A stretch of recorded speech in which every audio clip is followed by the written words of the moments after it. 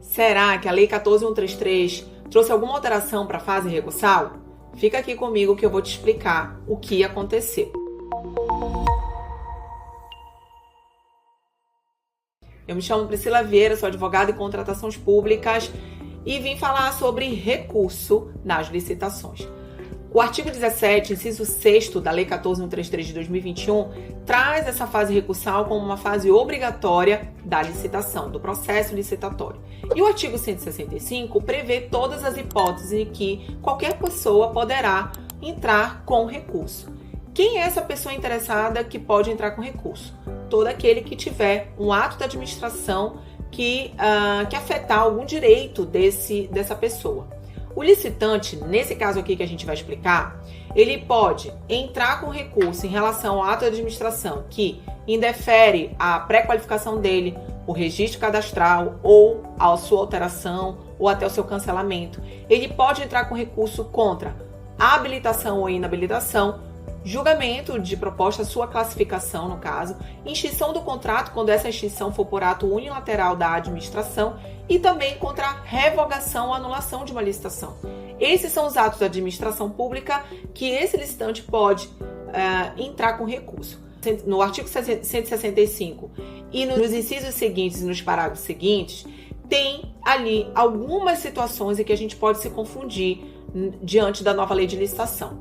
Vejam, antigamente, ou seja, antes da Lei 14.133, com o pregão e a lei que regia o pregão, a Lei 10.520 de 2002 e a Lei 8.666 de 93, nós tínhamos uma fase recursal diferenciada. Mas nós vamos nos concentrar aqui no pregão.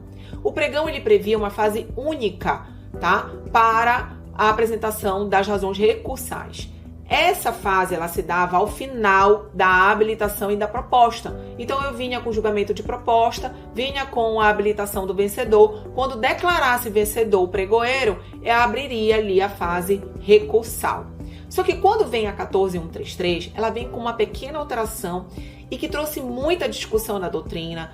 Vários autores divergem em relação a esse assunto. Os sistemas também divergem em relação a esse assunto. Mas vamos devagar. O artigo 165 prevê lá no parágrafo 1º que a intenção recursal será manifestada imediatamente em relação ao ato da administração que inabilita ou habilita ou desclassifica ou classifica o licitante. E esse prazo dessa manifestação imediata vai se dar por regulamento ou no caso pelo edital. E, a partir dali, conta-se um prazo de 3 dias úteis para a apresentação das razões recursais. Numa leitura rápida, a gente imagina que a gente só tem uma intenção recursal.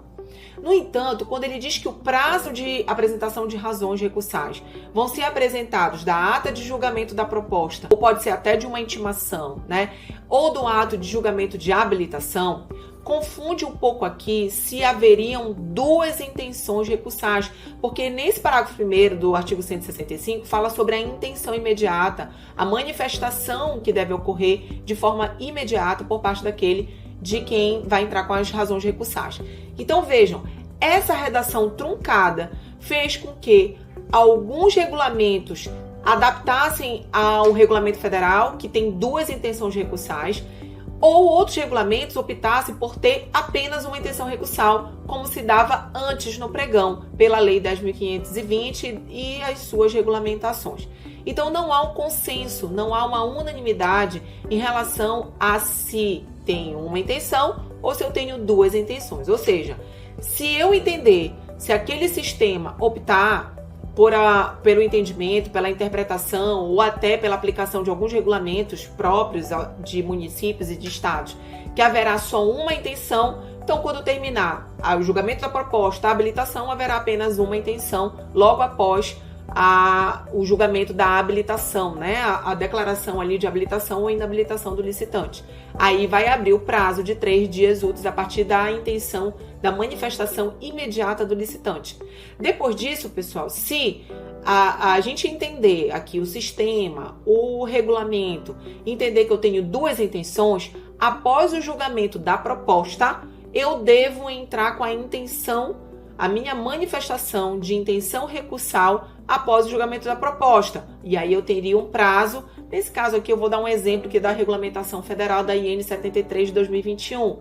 Ela prevê que eu tenho no mínimo ali 10 minutos para entrar com a manifestação da intenção de recurso, tá?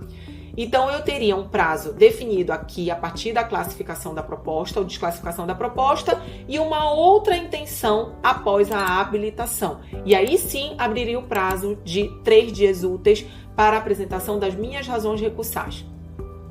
Vejam que não haveria muito sentido eu ter duas intenções recursais, mas muitos sistemas, muitos regulamentos estão já interpretando dessa forma, com duas intenções recursais.